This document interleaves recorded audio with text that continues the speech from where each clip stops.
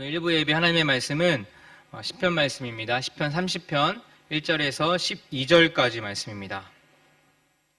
시편 30편 1절에서 12절까지의 말씀 저와 같이 한 목소리로 읽도록 하겠습니다. 여호와여, 내가 주를 높일 것은 주께서 나를 끌어내사 내 원수로 하여금 나로 말미암아 기뻐하지 못하게 하심이니이다. 여호와 내 하나님이여, 내가 주께 부르짖음에 나를 고치셨나이다. 여호와여, 주께서 내 영혼을 스올에서 끌어내어 나를 살리사 무덤으로 내려가지 아니하게 하셨나이다. 주의 성도들아, 여호와를 찬송하며 그의 거룩함을 기억하며 감사하라. 그의 노염은 잠깐이요 그의 은총은 평생이로다.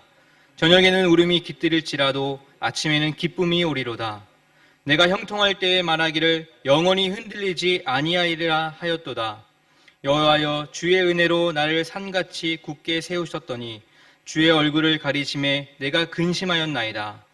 여호와여, 내가 주께 부르짖고 여호와께 간구하기를 내가 무덤에 내려갈 때에 나의 피가 무슨 유익이 있으리요? 진토가 어떻게 주를 찬송하며 주의 진리를 선포하리이까? 여호와여, 들으시고 내게 은혜를 베푸소서. 여호와여, 나를 돕는 자가 되소서 하였나이다. 주께서 나의 슬픔이 변하여 내게 춤이 되게 하시며 나의 베옷을 벗기고 기쁨으로 띠우셨나이다. 이는 잠잠하지 아니하고 내 영광으로 주를 찬송하게 하심이니 여호와 나의 하나님이여, 내가 주께 영원히 감사하리이다. 아멘. 내 통곡을 기쁨의 춤으로 라는 제목으로 말씀을 증거하겠습니다. 이 시는 아마 소제목이 있는 분들이 대부분일 것 같은데 성경에 소제목이 붙어 있어요. 그 소제목이 다윗의 시 곧 성전 낙성가라고 이렇게 표제어로 되어 있습니다. 근데 이 다윗의 시, 이 성전 낙성가, 봉헌가라는 것은 좀 우리가 생각해 보면 좀 이상하지 않습니까? 왜냐하면 성전 낙성가라고 하는 것은 성전이 완성된 뒤에 이렇게 주님께 봉헌하면서 드리는 찬양이라고 할 수 있어요. 근데 아시다시피 이 다윗은 성전을 지으려고 했지만 하나님의 뜻으로 본인이 성전을 짓지 못하고 그의 아들 솔로몬이 성전을 건축하게 됩니다. 근데 왜 이 시가 성전 낙성가인가? 사실은 우리가 읽어봤지만 시의 내용도 성전과는 별로 관계가 없어 보입니다. 그러므로 우리가 생각해보면 이 시는 왜 성전 낙성가가 됐는가 생각해보면 나중 후대 사람들이 성전을 짓고 봉헌할 때에 이 시가 성전 봉헌식에 낭독될 만큼 깊은 은혜가 있었고 거기에 어울릴 만한 그런 찬양이었기 때문에 성전에서 낭독된 것이라고 볼 수 있죠. 자, 그렇다면 이 성전 봉헌식에 낭독될 만큼 어떤 큰 애가 있는가 이 시간 함께 나눠보도록 하겠습니다. 이 성전 낙성가라고 하는데 그럼 성전은 과연 어떤 곳인가? 성전은 뭐 지금으로 이야기하면 바로 이곳 아닙니까? 예배당이라고 할 수 있어요. 교회 건물이라고 할 수 있습니다. 그럼 이곳에서 뭐를 해야 되는가? 뭐 우리는 잘 알고 있듯이 예배를 드리는 곳입니다. 주님이 나를 구원해 주시고 나를 생각해 주시고 나를 불러주신 이곳에서 아주 기본적이고 아주 가장 중요한 예배를 드리는 것이죠. 예배를 드린다는 것은 과연 무엇인가? 하나님이 나를 구원해 주신 것에 대한 감사 찬양 그리고 경배를 드리는 곳입니다. 죄에서 나를 끌어내 주셨다는 것, 죄에서 벗어날 수 없는 나를 끌어내 주셨다는 것에 대한 감사의 표현이 바로 예배라고 할 수 있습니다. 우리 1절 한번 보십시오. 1절에 보시면 주님께서 나를 수렁에서 건져주시고 내 원수가 나를 비웃지 못하게 해주셨으니 내가 주님을 우러러 찬양하렵니다. 바로 찬양의 이유, 예배의 이유에 대해서 말씀하고 있어요. 주님께서 나를 수렁에서 건져주시고, 여기에 건져주시고라는 말씀, 개역개정에서는 끌어내사라고 이렇게 표현을 하고 있는데 여기에 쓰여진 단어가 원어로 달라라는 단어입니다. 달라. 근데 이 단어의 뜻이요, 마치 깊은 우물에서 그 물이 있는데 그 물을 누군가 길어 올리는 것을 표현하는 단어입니다. 근데 생각해 보십시오. 깊은 우물에 있는 물은 스스로 그 물이 밖으로 나갈 수가 없어요. 누군가가 뭐 양동이를 넣든가 뭐 이렇게 팟게스를 넣든가 해가지고 그걸 넣어서 일부러 끌어올려야지 그 물이 밖으로 나갈 수 있다는 것이죠. 다시 말해서 스스로는 해결할 수 없는데 누군가의 손에 의해서 자기를 끌어올려 준 것, 누군가에 의해서 해결함을 받는 것, 그것을 표현하는 단어가 바로 이 달라라는 단어입니다. 다윗은 바로 그것을 고백하고 있는 거예요. 하나님께서 나를 수렁에서 끌어올려 주셨기 때문에 내가 살 수 있었다. 내가 건짐을 받았다. 그 감격에 주님을 찬양하고 예배하고 있는 것입니다. 바로 감사의 고백이라고 할 수 있죠. 여러분, 감사의 고백이라고 했는데 이런 감사, 여러분 감사가 여러분은 언제 나오십니까? 언제 주님께 감사할 수 있죠? 이 사실 감사는요, 내가 그만한 능력이 없는데, 내가 자격이 없는데, 내가 이것밖에 하지 않았는데 더 큰 걸 받았을 때, 더 좋은 대우를 받았을 때 비로소 감사가 나오지 않겠습니까? 우리가 잘 아는 그 포도원 일꾼 아시죠? 그 주인이 포도원에서 일하는 일꾼을 찾으러 나갔어요. 그 새벽부터 온 일꾼들이 있었습니다. 하루 종일 열심히 일했어요. 그래서 한 데나리온이라는 그런 어떤 결과를 얻게 된 것이죠. 근데 그들이 한 데나리온을 받고 기뻐했습니까? 감사했습니까? 그렇지 않았어요. 왜냐하면 늦게 온 어떤 사람이 있었어요. 늦게 온 사람이 보수도 나와 같은 한 데나리온을 받게 되었어요. 근데 그걸 보고요, 감사하기는커녕 오히려 불평불만을 이야기했죠. 내가 한 만큼, 내가 내 능력만큼에 대한 대가에 대해서는 그냥 감사하기가 사실 어려워요. 뭐 당연한 거지. 뭐 내가 이만큼 땀 흘렸는데, 내가 내 능력만큼 이만큼 했는데, 근데 감사는 내가 이것밖에 하지 않았는데, 내가 내 능력이 이것밖에 되지 않았는데 더 큰 은혜를 받았을 때 감사를 할 수 있게 되는 것입니다.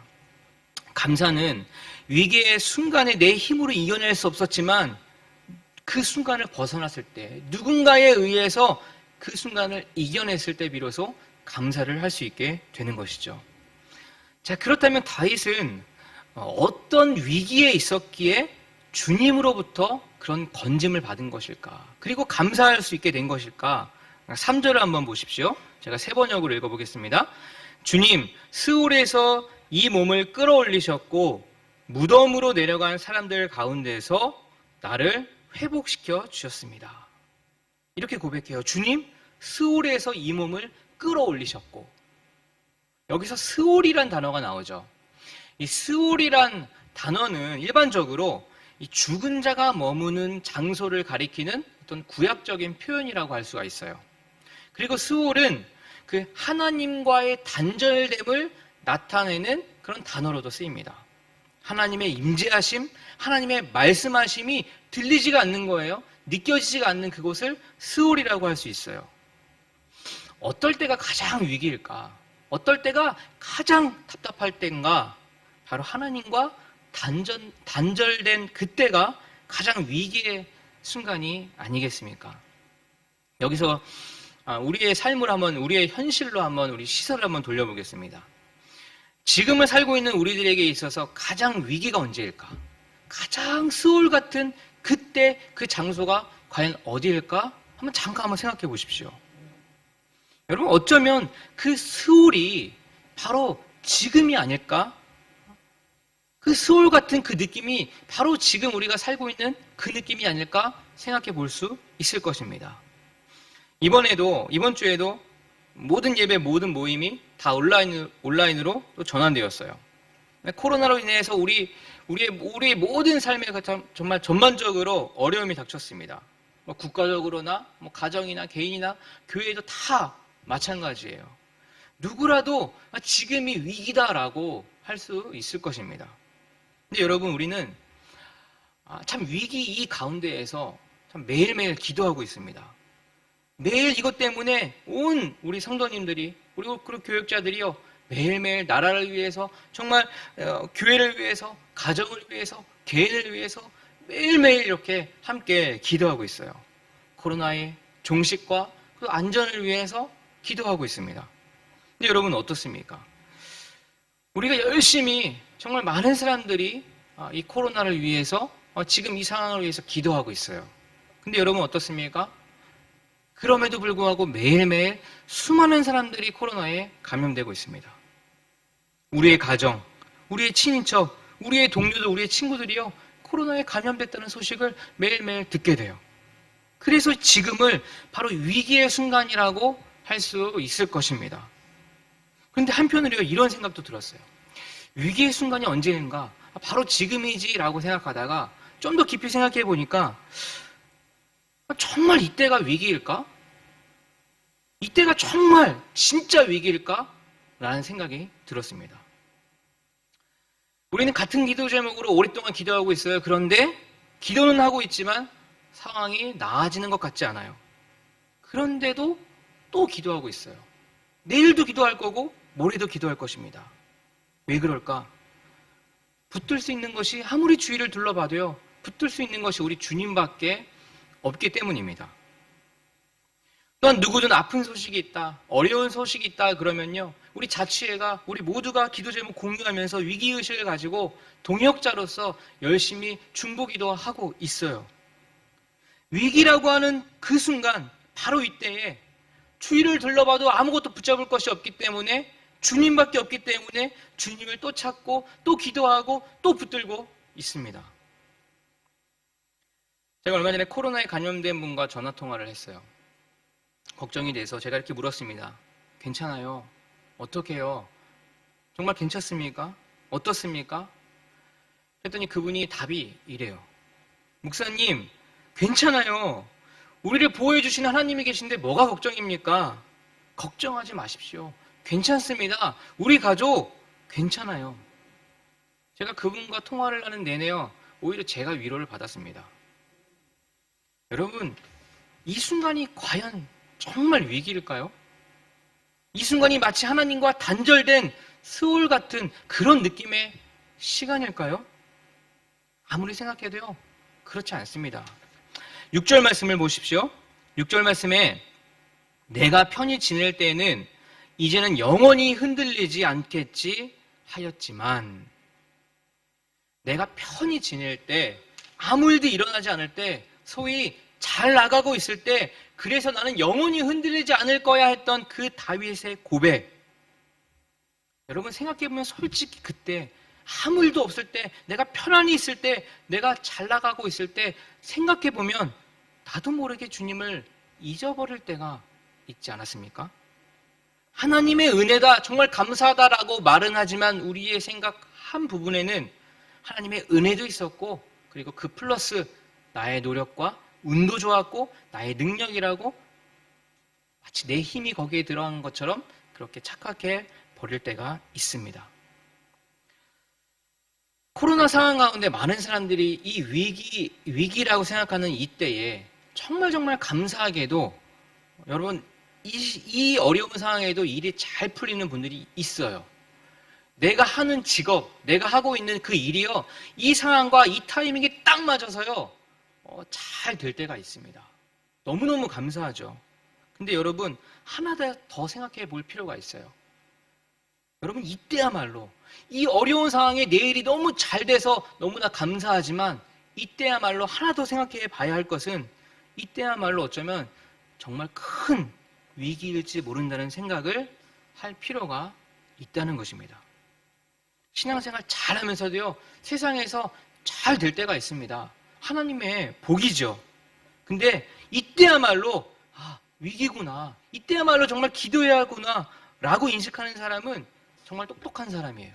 정말 지혜 있는 사람입니다. 바로 다윗이 그것을 깨달은 사람입니다. 7절을 보십시오. 7절에 태산보다 더 든든하게 은총으로 나를 지켜주시던 주님께서 나를 외면하시자마자 나는 그만 두려움에 사로잡히고 말았습니다. 잘 되고 있을 때, 편히 지내고 있을 때, 아무 일도 일어나지 않을 것 같은 그때에 주님께서 나를 외면하시자마자 나는 그만 두려움에 빠져버렸습니다 라고 말하고 있어요. 다시 7절을 보세요. 주의 얼굴을 가리심에, 세 번역으로는 나를 외면하시자마자 두려움에 사로잡혔다라고 하고 있어요. 마치 주님께서 다윗을 외면한 것처럼 이렇게 표현을 하고 있지만 다시 잘 생각해 보면 사실은 하나님은 늘 다윗과 함께 계셨어요. 다윗이 목동으로 있을 때도 함께 계셨고, 다윗이 골리앗을 쓰러뜨릴 때도 함께하고 계셨고, 다윗이 승승장구할 때도 함께하고 계셨고, 다윗이 그만 교만하고 있을 때도 함께하고 계셨고, 다윗이 밧세바를 범할 때도 함께하고 계셨어요. 주님은 다윗을 한 번도 떠나지 않으셨습니다. 마찬가지입니다. 하나님은 우리를 한 번도 떠나지 않으세요. 졸지 않으시고 우리가 무엇을 하나 어떤 생각을 하나 어디에 있으나 어디에 가나 우리와 늘 함께하고 계십니다. 하나님께서 외면하는 것이 아니라, 하나님께서 얼굴을 가리시는 것이 아니라, 사실은 내가 잘 되다 보니, 내가 좀 편안하다 보니, 내가 아무 일도 없다 보니 내가 하나님을 잊어버리게 되는 것이죠. 내가 하나님을 외면하게 되는 것이죠. 바로 다윗이요, 그것을 깨달은 거예요. 그래서 하나님을 잊는 것, 하나님께로부터 외면을 당하는 것이 그렇게 두렵다라고 그렇게 표현을 하고 있는 것입니다. 여러분, 위기는 잘 될 때가 위기예요. 여러분, 위기는 건강할 때가 위기입니다. 그리고 위기는 아무 일도 일어나지 않을 때가 진짜 위기라고 할 수 있습니다. 진짜 위기는 뭔가 일이 터져서 일이 꼬여서 일이 잘 안 돼서가 아니라 편안해서 잘 나가서 더 이상 바라는 것이 없어서 주님을 찾지 않는, 주님이 느껴지지 않는, 주님을 외면하게 되는 그때가 진짜 위기임을 여러분 기억하십시오. 우리가 잘 아는 찬양이 있어요. 그 찬양의 가사가 이렇습니다. 주님은 내 마음의 아픔 알아주시니 지난밤 눈물 지어주시고 아침에 돋아난 여린 풀들과 같이 내 마음을 새롭게 하네. 흐르는 시간에 보인 주의 영광은 내 삶을 밝게 비춰주시니 온 땅과 모든 삶보다 전에 계셨던 주님 창조의 주를 찬양하네. 주님은 거친 바다 위 나의 영혼 두 손으로 굳게 잡아주시네. 주님께 맡긴 인생의 여정 속에 아픔만큼 기쁨의 날 주시네. 저는 마지막 가사에 주님께 맡긴 인생의 여정 속에 주님은 아픔만큼 기쁨의 날 주시네 라는 가사가 참 마음에 남습니다. 주님께 맡긴 여정 속도 아픈 날이 있다는 거예요. 근데 그 아픈 만큼 기쁨의 날을 주실 수 있다는 것은 그 아픈 날에도 주님이 여전히 함께하고 보고 계셨다는 것을 말하는 것입니다. 그 아픈 날을 함께하고 있는 주님이 계시기에 그 아픈 날을 우리가 결코 위기였다, 그날은 정말 힘들었다라고 고백할 수 없습니다. 내 아픈 날을 기억해 주시는 분이 계시기에 결코 외롭지 않았던 것이죠. 그러니 아프지만 힘들지만 그럼에도 불구하고 감사할 수 있게 되는 것입니다. 여러분, 감사의 제목은 찾아보면은 정말 많아요. 이것도 없고 저것도 없고 나보다도 훨씬 없어 보이는 저 사람이요, 늘 행복하고 만족하고 감사하며 사는 모습을 보게 됩니다. 저는요, 어깨도 아프고요, 목도 아프고 머리도 자주 아파서 두통약도 자주 먹습니다. 그래서 기도해요. 하나님, 여기 어깨도 좀 낫게 해주시고 좀 목도 낫게 해주시고 머리도 좀 안 아프게 해주세요. 목에 아토피도 있는데 좀 이것 좀 고쳐주세요 라고 늘 기도했어요. 근데 어떤 사람은요, 딱 봐도요 성한 곳이 없어 보여요. 안 아픈 곳이 없어 보입니다. 근데요, 그 사람은요 만족하고 기뻐하고 감사하면서 사는 모습을 보게 돼요. 생각해보면 내 몸 전체를 봤을 때 아픈 곳보다 건강한 곳이 훨씬 많더라고요. 생각해보면 이것만 있어도 다 사는데요, 이미 가진 것 너무 많아서 어쩔 줄을 몰라 할 때가 너무나 많습니다. 그래서 감사만 해도 충분한데 자꾸 부족하다고 주님 앞에 기도를 하는 모습을 보게 돼요. 한국 그 TV 프로의 동행이라는 그런 프로가 있습니다. 예전에 제가 설교 때도 한번 이렇게 인용한 적이 있는데요. 잠깐 소개하자면 그 내용이 75세의 할아버지와 그 6살 난 그 딸이 함께 사는 그 모습을 이렇게 나타내는 그런 프로였어요. 75세의 한 할아버지가 그 6살밖에 안 되는 그런 손녀딸을 키우고 있었어요. 근데 놀랍게도 그 손녀딸은요, 그 할아버지를 할아버지라고 부르지 않고 아빠라고 불러요. 그 이유가 있었습니다. 할아버지의 친아들이 있었는데 그 아들이 어디선가 아이를 낳고 키울 수 없자 그 아이를 시설에 맡겼어요. 고아원 같은 데 맡긴 거죠. 그리고 어딘가 떠나버렸습니다. 연락을 아무리 해도 되지 않아요. 그래서 할아버지가 어느 날 살고 있는데 시설에서 연락이 옵니다. 자기의 혈육이 있다는 거예요. 할아버지는 놀라서 불이 나게 그곳으로 달려갔습니다. 그리고 할아버지는 자신의 손녀를 데리고 와서 정성스럽게 키웁니다. 그리고 손녀에게 할아버지가 아닌 아빠가 되어주었어요. 할아버지의 삶, 할아버지의 그 살림이 결코 넉넉하지 못했습니다. 모든 것이 힘들었어요. 그리고 할아버지에게는 아내가 있었습니다. 근데 그 아내가요, 정상적인 분이 아니었어요. 아내도 정신지체를 갖고 계신 분이었어요. 할아버지 또한 연로해서 자신조차도 돌보기 어려운 그런 상황인데 정신지체를 앓고 있는 아내, 그리고 정말 그 너무나 작은 손녀를 키우기란 결코 쉬운 일이 아니었습니다. 근데 할아버지는 손녀를 포기하지 않았어요. 정말 정성스럽게 잘 키웁니다. 주위에 있는 사람들이요, 막 보다 못해 답답해서 이렇게 이야기를 해요. 할아버지, 그냥 손녀를 그냥 시설에 맡기지요. 어떻게 키우시려고요? 할아버지 삶도 넉넉하지 않잖아요. 할아버지 너무 지치지 않냐고. 이렇게 사람들이 물어요. 근데 할아버지는요, 이렇게 고백합니다. 이렇게 대답해요. 다른 것은 내가 다 부족하지만 내가 이 사랑만큼은 다른 사람들보다 부족하지 않다. 내가 이 사랑만큼은 누구보다도 이 아이에게 줄 수 있다. 그래서 내가 키운다라고 고백을 합니다. 할아버지는 손녀에게 정말 아빠처럼 보이기 위해서 노력을 해요. 막 옷도 막 이렇게 빨간 옷, 이렇게 밝은 옷 입고요. 머리에 막 무스를 바르고요. 특히 또 어린이집에 아이 데려갈 때에는요, 막 더 젊게 하고 막 그러고 갑니다. 혹이나 다른 친구들이 그 할아버지의 모습을 보면서 야, 너희 아빠는 왜 이렇게 할아버지 같아? 라고 그 소리 듣지 않으려고요. 막 열심히 그 준비하는 모습이 너무너무나 행복해 보였어요. 할아버지가 그 가족의 생계를 위해 하는 일은요, 폐지를 줍는 일이었어요. 그 박스를 줍거나 이런 일을 했습니다. 매일 손녀를 어린이집에 보내고 이제는 할아버지는 그 박스를 줍는 일을 해요. 여기저기 막 주로 다닙니다. 정말 이악 물고 폐지를 모아요. 그리고 그 다 모은 폐지를 그 센터에 갖다 줍니다. 센터에 이제 갖다 주고 무게를 재요. 그랬더니 40kg가 나왔어요. 할아버지에게는 결코 만만치 않은 그런 무게죠. 그래서 이제는 그 무게를 재고 거기에 따른 이제 돈을 이제 센터 사장이 줍니다. 근데 여러분 그 돈이 얼마인지 아십니까?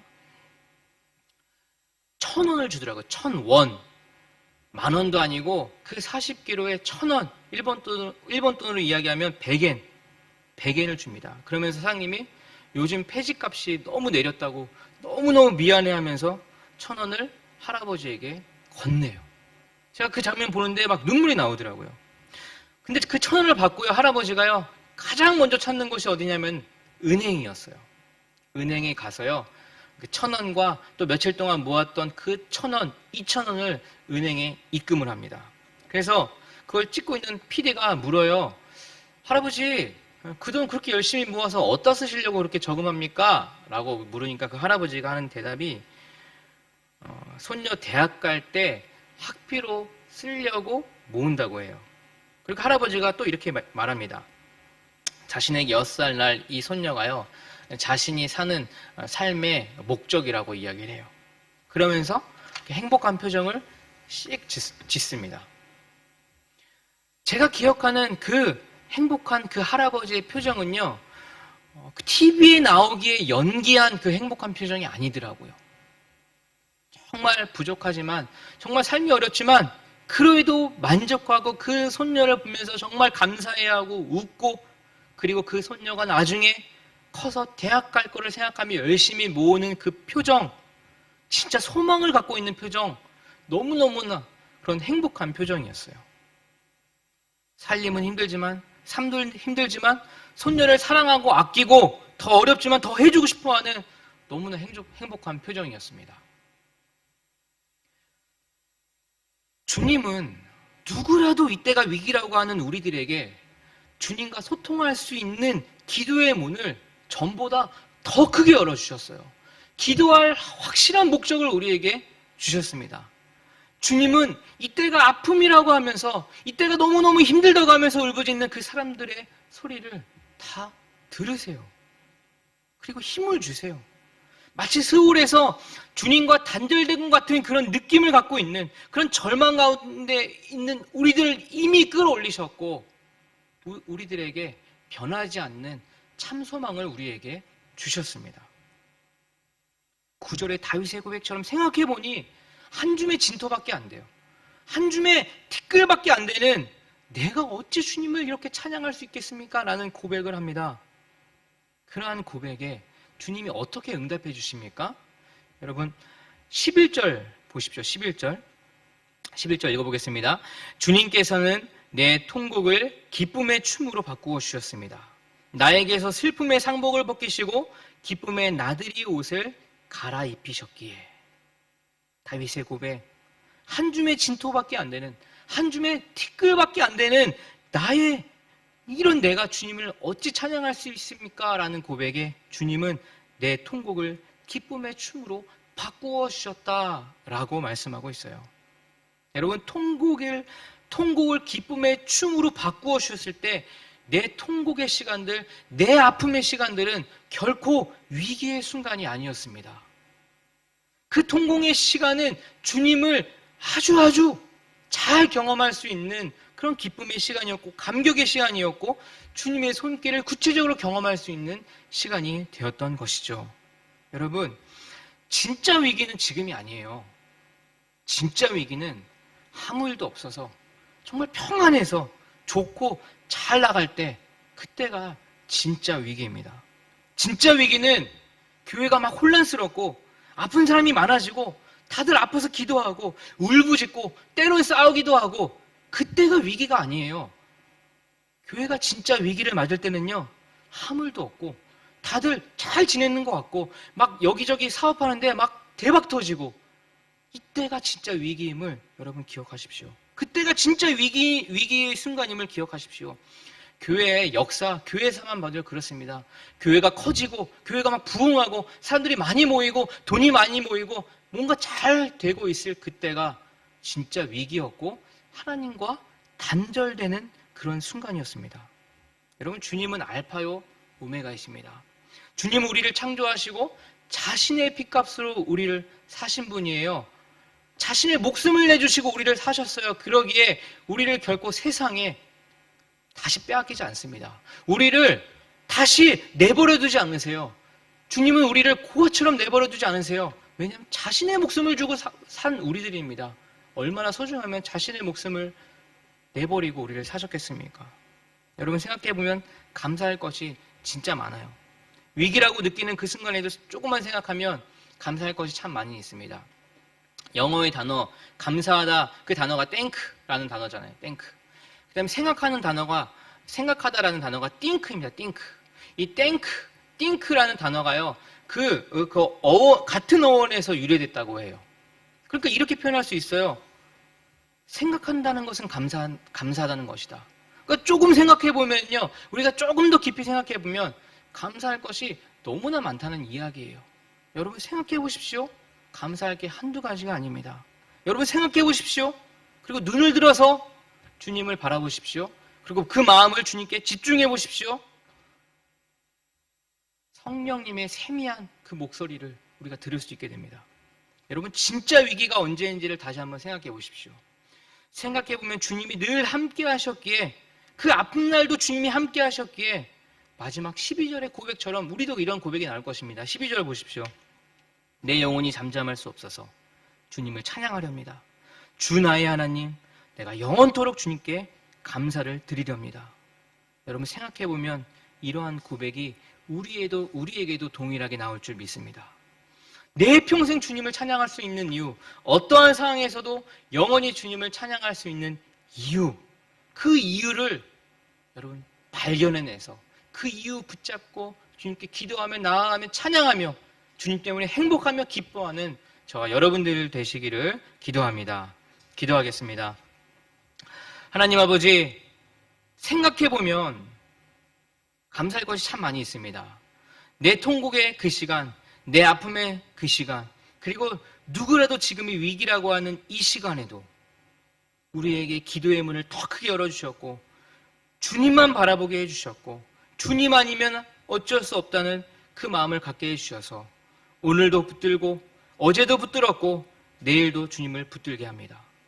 주님, 이때가 위기의 순간이 아니라, 주님, 이때가 정말 어려운 절망적인 순간이 아니라 이때야말로 주님과 함께할 수 있는 너무나 기쁨의 시간이며 너무나 행복한 시간임을 다시 한번 고백하며 주님께 감사를 드립니다. 하나님, 우리가 생각하면 감사할 것이 너무나 많이 있습니다. 눈을 들어 주님을 바라보게 하시고 내 마음을 주님께 다시 한번 집중케 하시고 주님께서 말씀하시는 세미한 음성을 들어 그 음성대로, 그 말씀대로 우리가 순종하며 사는 주님과 늘 동행하는 삶이 될 수 있도록 인도하여 주시옵소서. 감사드리며 예수님의 이름으로 기도합니다. 아멘.